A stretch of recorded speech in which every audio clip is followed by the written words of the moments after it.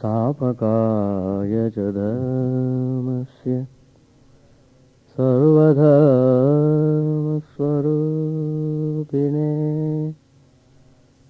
स्थापकाय च धर्मस्य सर्वधर्मस्वरूपिणे अवतारवरिष्ठाय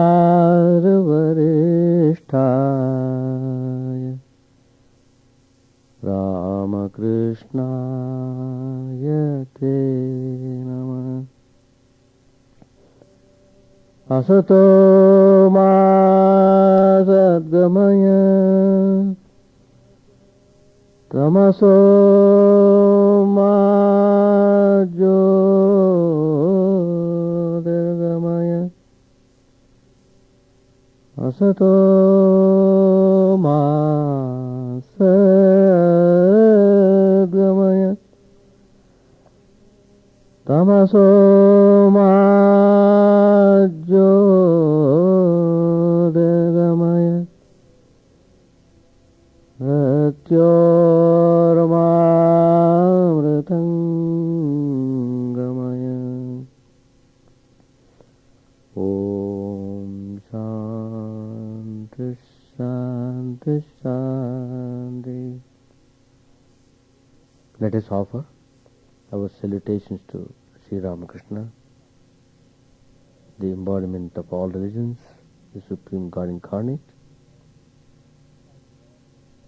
to remove all our ignorance,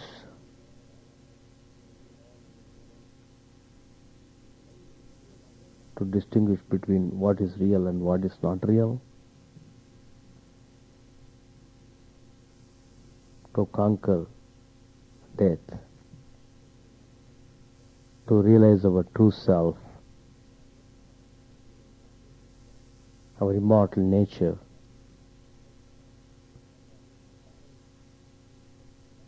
which gives us real peace and joy. We shall pray to Sri Ramakrishna so that we may achieve this goal in our life.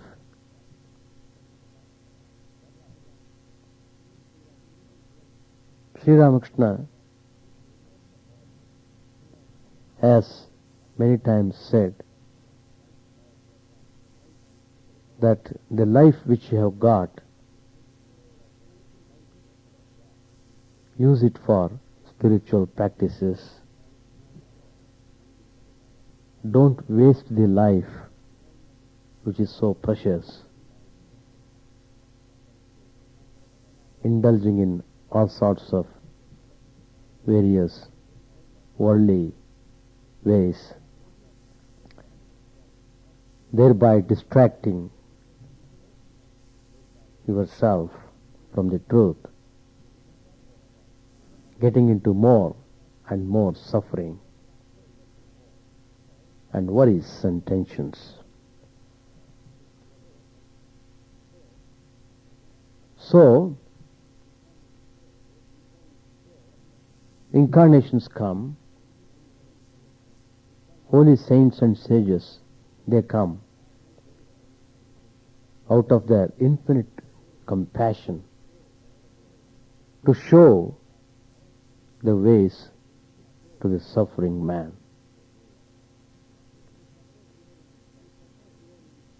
We suffer here in this life because of our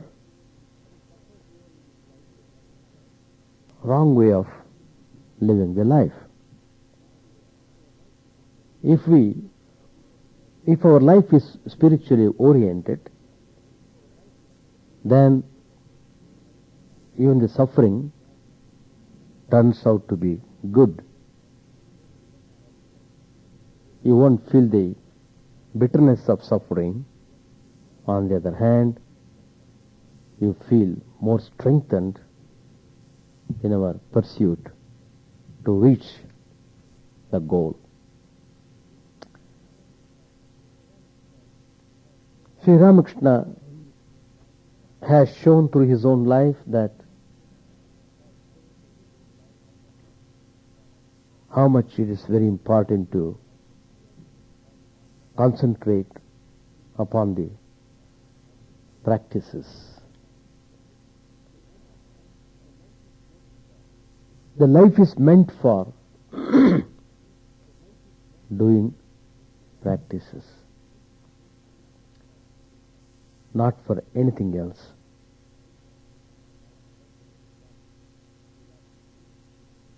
Sri Ramakrishna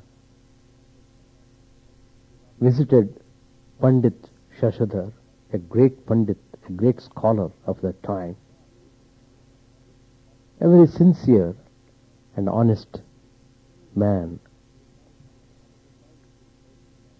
He loved to give discourses on many matters. Sri Ramakrishna came to him.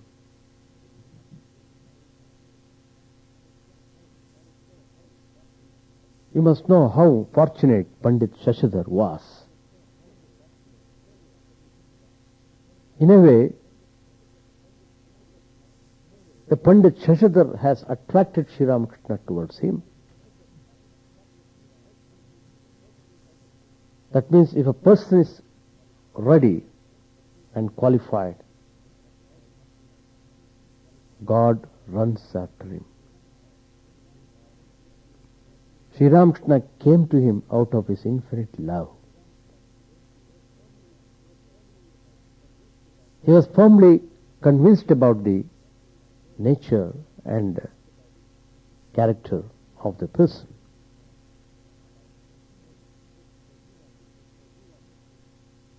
So he wanted to lead that great scholar in the spiritual path so that he may not distract himself anymore in just spending his time in talking about things and acting like a teacher without actually achieving anything in the spiritual life. So Sri Ramakrishna was very particular about that point. Have something, gain something, then talk about.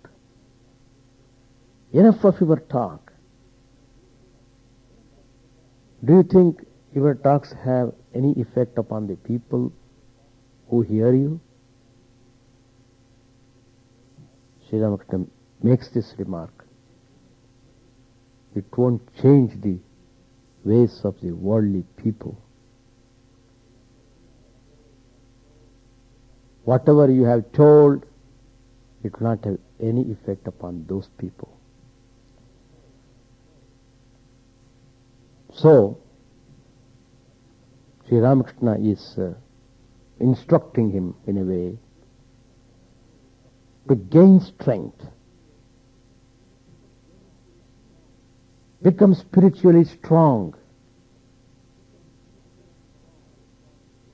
You can become strong only through practicing spiritual disciplines a few days more. You have hardly set your foot on the tree, yet you expect to lay hold of a big cluster of fruit. Sri Ramakrishna is telling him.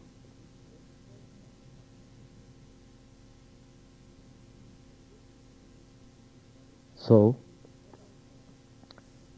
step up your spiritual practices. That is the very important teaching of Sri Ramakrishna. Practical spirituality. No more theorizing it. Live the life. Live the life. So, if your spiritual practices are to bear good results, you have to hold on to a mantra.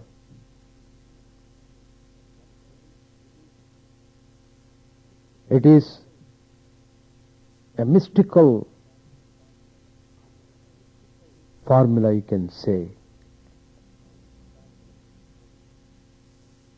You must get it by the Guru. So, the spiritual teacher plays a very important role in the life of an aspirant. Of course, the aspirant must really yearn to go towards the truth. Without that earnestness, without that longing, how can you do spiritual practice? In the name of spiritual practices, you become more arrogant, more egoistic, more irritating. All the things that are stored up in your mind, they all come up in glowing colors and show up, making all sorts of gestures. Every now and then you become irritated, you become upset, you become angry, you become restless. All these things are happening in the name of spiritual practice.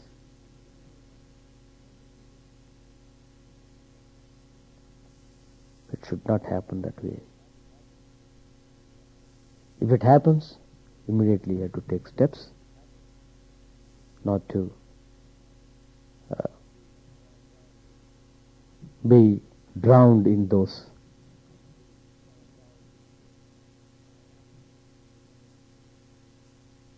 things anymore. They may come, but you have to approach them with indifference.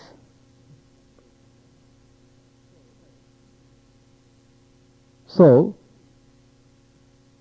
the Guru literally helps you in every manner to climb the steps towards the spiritual abode. He gives you the mantra. He asks you to do japam of that. He asks you to do prayers and meditation. He asks you to do them regularly and steadily. Only by constantly, consciously, sincerely doing these things, you gain spiritual strength. Without spiritual strength, spiritual life is not possible.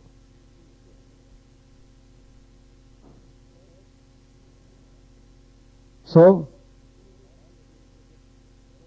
the Guru also suggests you to chant some of the hymns and some of the spiritual texts. The other day, some young devotees had come. They were chanting Vishnu Sahasranam, the 1,000 names of Lord Vishnu. How nicely. And I saw that the girl who was chanting, her eyes were half closed when she was chanting. I just saw her many times in between. She never opened her eyes when she was chanting the mantra. Even the hymns are considered as mantra. In Sanskrit it is called mantra mala. Mantra mala. The hymns, the hymns are called mantra malas. They have tremendous power. Tremendous power is there in those hymns. They are all meant to bestow grace and blessings upon you.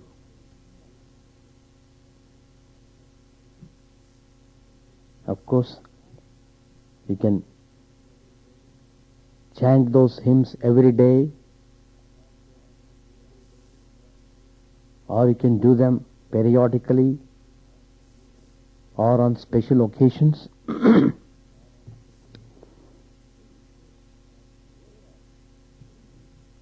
The Vedas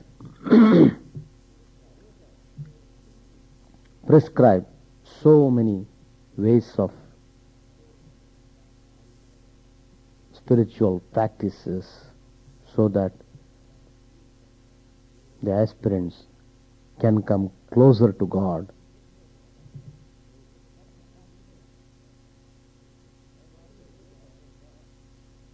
Every Veda has got 3 sections. One is Samhita, the other one is Brahmana,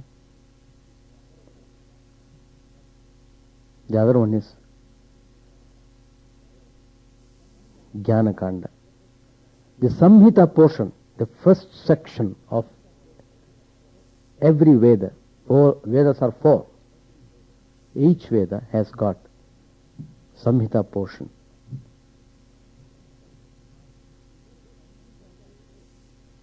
This Samhita portion of the Vedas is called mantra. All the mantras they use in the rituals are taken from these mantras of the Vedas. That is from the Samhita portion of the Vedas.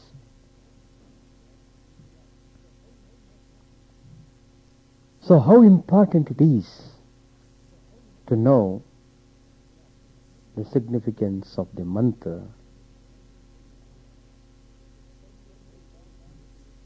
You have to firmly hold on to it.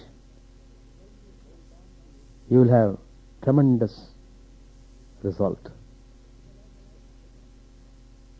Etymologically, mantra is defined as mananat trayate iti mantraha. Nicely defined. The meaning of this is that which saves one spiritually, if it is contemplated upon, that is mantra.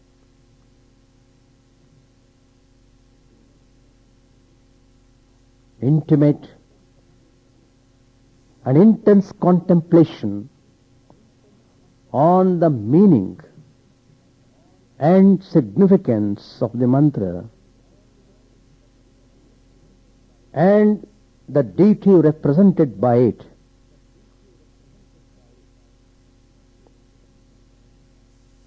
one will achieve the vision of God. Keeping in view the purpose for which the mantra is intended is called upasana. The mantra is given to the disciple so that by the power of that mantra he would be able to release from the bondage, get out of the prison house of the world and be free, enjoying the bliss of God. So upasana, it's a Sanskrit word, means upa means near, asana means sitting. Sitting near to the object of contemplation or meditation. That is upasana. Yadhyayati tat bhavati. Whatever you intensely contemplate or meditate upon, that you become. If you constantly meditate on Lord Shiva, you become Shiva himself. If you constantly meditate upon Rama, you become Rama himself. That means your whole personality becomes totally transformed. You become the powerhouse of spiritual strength. It is the psychological law. Chandogya Upanishad, one of the Upanishads of the Vedas, it says, Yadeva vidyaya karoti shraddhaya upanishada tadeva viryavattaram bhavati. Do it with faith. Doing japa, do it with firm faith. It is very real to you. Do it with firm conviction and knowledge.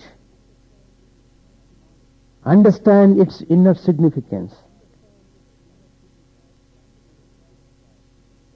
Then you will acquire remarkable power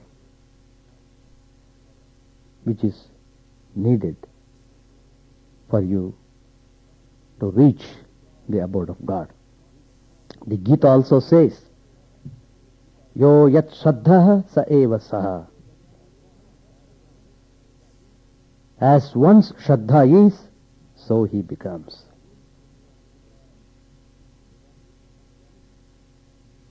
In regard to a mantra, a place of pilgrimage, a sage and a guru, one attains results according to one's attitude. Your attitude is important. With what attitude you are coming to the temple? With what attitude you are conducting yourself? With what attitude you are behaving, thinking, feeling, willing? Attitude is very, very, very, very important.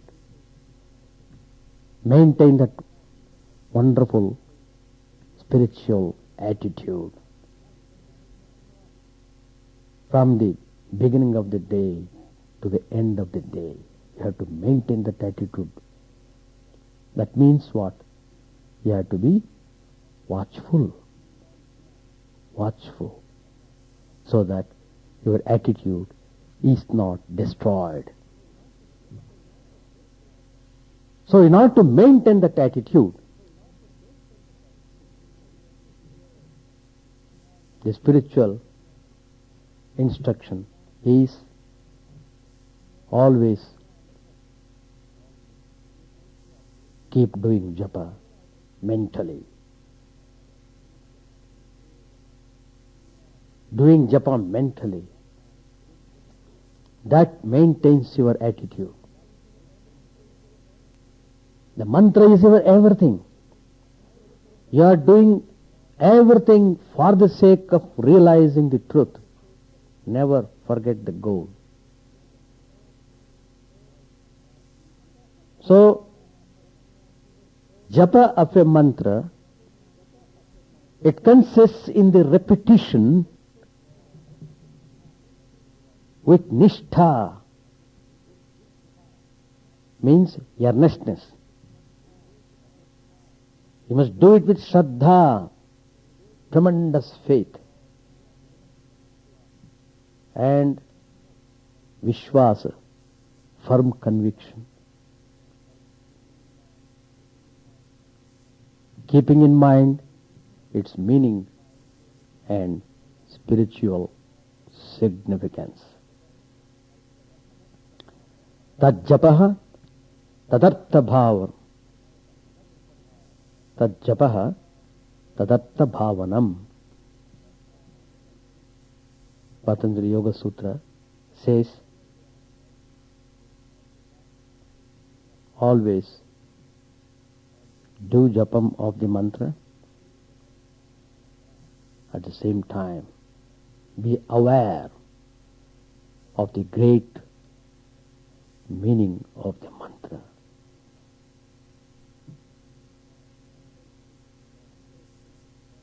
That mantra itself is God. God in the form of mantra. By constantly being in touch with it, you will be able to have the revelation, realize the truth, and become remarkably strong. So, how important man's life is.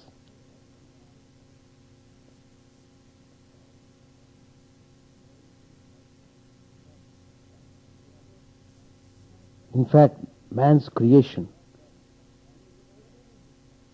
is remarkable, superior to all other creations, animals, plants, so many things are there. But man's creation, man's presence is supreme. Because he has got brain to think. If you don't think, it is your fault. Heart to feel. If you don't feel, you are to blame.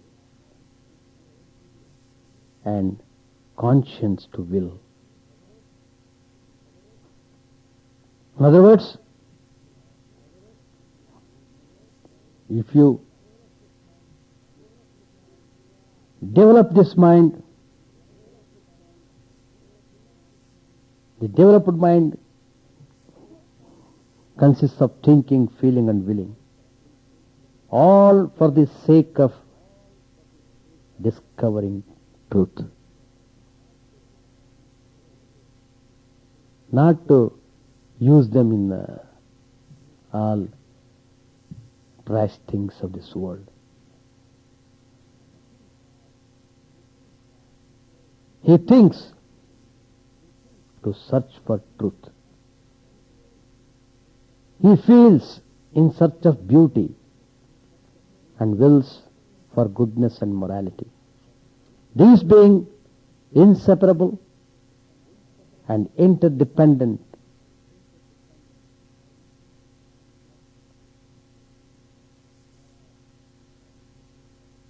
one cannot stand without the others.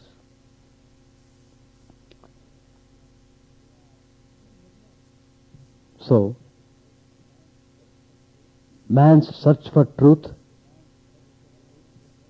is demonstrated by his development of science and philosophy, his search for beauty by the existence of art and literature, his search for goodness by his unselfish work for the benefit of others with an ethical and moral sensitivity. It is this ethical sense which enables man to think work is worship. While striving to comprehend the law that sustains the universe, man uses his intellectual reasoning. The root of all thinking doesn't, however, lie in mere reasoning, but in life itself. The highest range of mental life is an intuitive life, and the great scientific discoveries have been possible not merely due to the laborious processes of intellect, but due to the intuitive understanding of creative minds. So you must use all your resources towards reaching the goal. The goal of human's life is to see God, to enjoy real peace and bliss.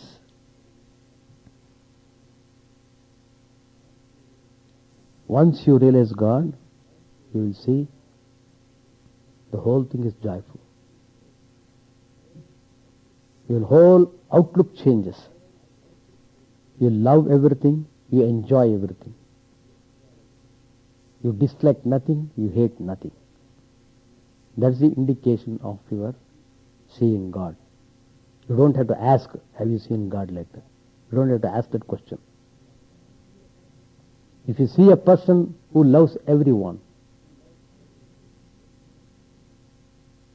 he is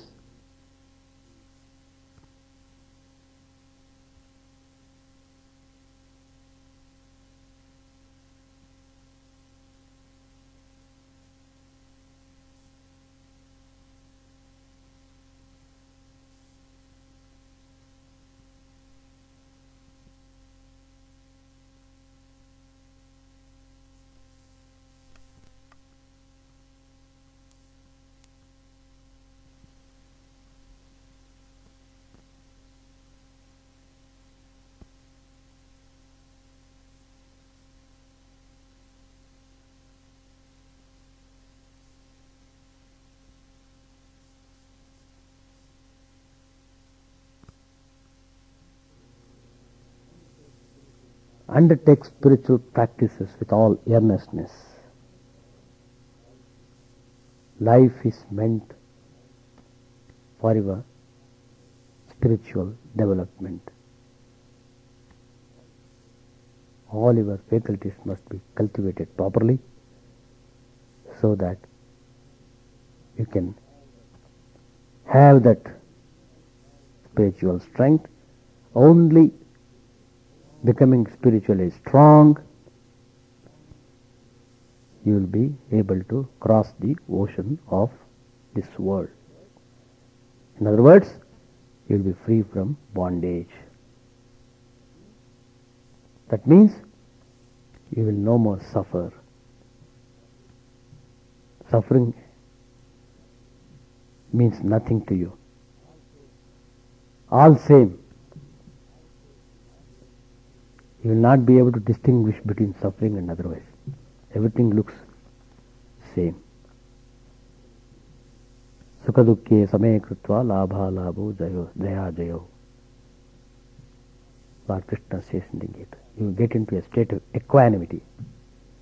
You will not be disturbed by anything of this world. You enjoy yourself in yourself. That's the beauty of the spiritual truth.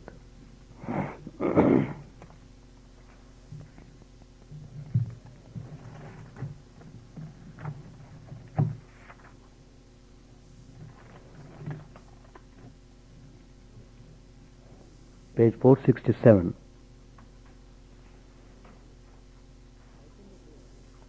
Chaitanya Deva was an incarnation of God. How little is left of what he accomplished, not to speak of a lecturer who preaches without authority from God. What good will a lecturer do? Therefore I say to you, he is telling Pandit Shashadhar, dive deep in God consciousness.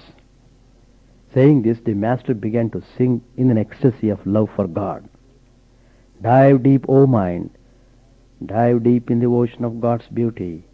If you descend to the uttermost depths, there you will find the gem of love. The master continued, one doesn't die if one sinks in this ocean. This is the ocean of immortality. Once I said to Narendra, God is the ocean of bliss. Tell me, if you want to plunge into it, just imagine there is some syrup in a cup and you have become a fly. Now tell me, where you will sit to sip the syrup? Narendra answered, I will sit on the edge of the cup and stretch out my neck to drink, because I am sure to die if I go far into the cup. Then I said to him, but my child, this is the ocean of Satchidananda. There is no fear of death in it. This is the ocean of immortality. Only ignorant people say that one should not have an excess of devotion and divine love. How foolish! Can there be an excess of divine love? To the Pandit. Therefore I say to you, dive into the ocean of Satchidananda. Nothing will ever worry you if you but realize God. Then you will get His commission to teach people. There are innumerable pathways leading to the ocean of immortality. The essential thing is to reach the ocean. It doesn't matter which path you follow. Imagine that there is a reservoir containing the elixir of immortality. You will be immortal if a few drops of the elixir somehow get into your mouth. You may get into the reservoir either by jumping into it, or by being pushed into it from behind, or by slowly walking down the steps. The effect is one and the same. You will become immortal by tasting a drop of that elixir. Innumerable are the ways that lead to God. There are the paths of jnana, of karma and bhakti. If you are sincere, you will attain God in the end. Whichever path you follow, roughly speaking, there are three kinds of yoga: jnana yoga, karma yoga and bhakti yoga. What is jnana yoga? The jnani seeks to realize Brahman. He discriminates saying, not this, not this. He discriminates saying Brahman is real and the universe illusory. He discriminates between the real and the unreal. As he comes to the end of discrimination, he goes into samadhi and attains the knowledge of Brahman. What is karma yoga? Its aim is to fix one's mind on God by means of work. That's what you are teaching. It consists of breath control, breathing exercises as prescribed in Raj Yoga, concentration, meditation and so on, done in a spirit of detachment. If a householder performs his duties in the world in a spirit of detachment, surrendering the results to God and with devotion to God in his heart, he too may be said to practice karma yoga. Further, if a person performs worship, japa and other forms of devotion, surrendering the results to God, he may be said to practice karma yoga. Attainment of God alone is the aim of karma yoga. What is bhakti yoga? It is to keep the mind on God by chanting His name and glories. For the Kali Yuga, the path of devotion is easiest. This is indeed the path for this age. The path of karma is very difficult. First of all, as I have just said, where will one find the time for it nowadays? Where is the time for a man to perform his duties as enjoined in the scriptures? Man's life is short in this age. Further, it is extremely difficult to perform one's duties in a spirit of detachment without craving the result. One cannot work in such a spirit without first having realized God. Attachment to the result somehow enters the mind, though you may not be aware of it. To follow the Jnana Yoga in this age is also very difficult. First, a man's life depends entirely on food. Second, he has a short span of life. Third, he can by no means get rid of body consciousness. And the knowledge of Brahman is impossible without the destruction of body consciousness. The Jnani says, I am Brahman, I am not the body. I am beyond hunger and thirst, disease and grief, birth and death, pleasure and pain. How can you be a Jnani if you are conscious of disease, grief, pain, pleasure and the like? A thorn enters your flesh, blood flows from the wound, and you suffer very badly from the pain. But nevertheless, if you are a Jnani, you must be able to say, why? There is no thorn in my flesh at all. Nothing is the matter with me. Therefore, Bhakti Yoga is prescribed for this age. By following this path, one comes to God more easily than by following the others. One can undoubtedly reach God by following the paths of jnana and karma, but they are very difficult paths. Bhakti yoga is a religion for this age. But that doesn't mean that the lover of God will reach one goal and the philosopher and worker another. It means that if a person seeks the knowledge of Brahman, he can attain it by following the path of bhakti too. God who loves his devotee can give him the knowledge of Brahman if he so desires. But the bhakta wants to realize the personal God endowed with form and talk to him. He seldom seeks the knowledge of Brahman, but God who does everything at his pleasure can make his devotee the heir to his infinite glories if it pleases him. He gives his devotee both the love of God and the knowledge of Brahman. If one is able somehow to reach Calcutta, one can see the Maidan and the museum and other places too. The thing is how to reach Calcutta. By realizing the Divine Mother of the universe, you will get knowledge as well as devotion. You will get both. In Bhava Samadhi you will see the form of God, and in Nirvikalpa Samadhi you will realize Brahman, the absolute existence, knowledge, bliss.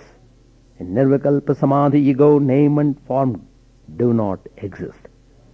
A lover of God prays to the Divine Mother, "O Mother, I am very much afraid of selfish actions.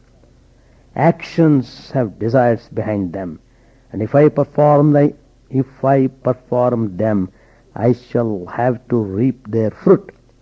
But it is very difficult to work in a detached spirit. I shall certainly forget thee, O Mother, if I involve myself in selfish actions. Therefore I have no use for them. May my actions, O Divine Mother, be fewer every day till I attain thee. May I perform without attachment to the results only what action is absolutely necessary for me. May I have great love for thee as I go on with my few duties. May I not entangle myself in new work so long as I do not realize thee, but I shall perform it if I receive thy command, otherwise not." Pandit Shashidhar asked a question. "How far did you go in visiting the sacred places?" Master said, "Oh, I visited a few places," with a smile. But Hazra went farther and also climbed higher. He visited Rishikesh, but I did not go so far, so high. You must have noticed kites and vultures soaring very high in the sky, but their eyes are always fixed on the charnel pits. Do you know the meaning of charnel pits? It is lust and gold. What's the use of making pilgrimage if you can attain love of God remaining where you are? I have been to Benares and noticed the same trees there as here, the same green tamarind leaves. Pilgrimage becomes futile if it doesn't enable you to attain love of God. Love of God is the one essential and necessary thing. Do you know the meaning of kites and vultures? There are many people who talk big and who say that they have performed most of the duties enjoined in the scriptures. But with all that, their minds are engrossed in worldliness and deeply preoccupied with money, riches, name, fame, creature comforts and such things. Let us stop here.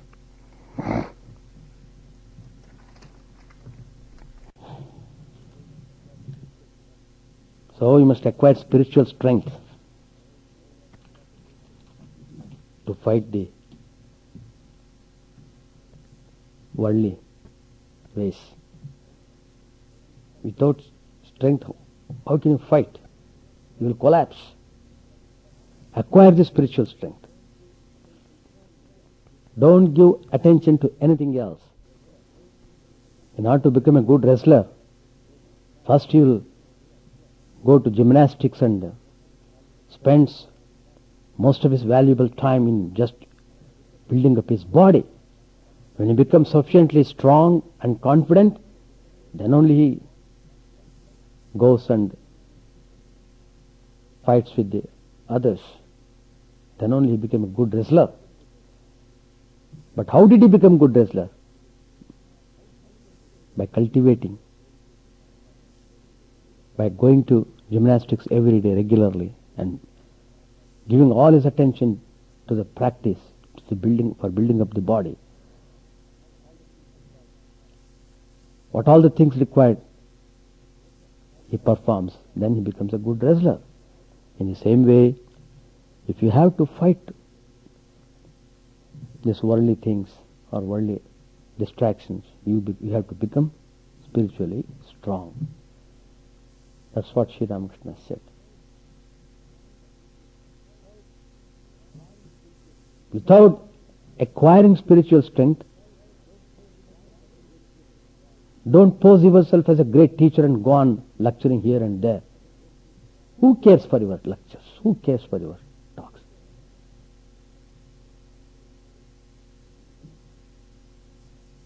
They just don't affect the people at all. So, but it's all right. You have tasted the beauty of spiritual knowledge. That's wonderful. But go further. Go further. Go forward. Don't stop at that. Don't get distracted yourself in other activities. You need to become strong. You need spiritual strength. Acquire it. Engage yourself in spiritual practices. Pandit Shashidhar was awakened in a way. His life became blessed by the grace of Sri Ramakrishna.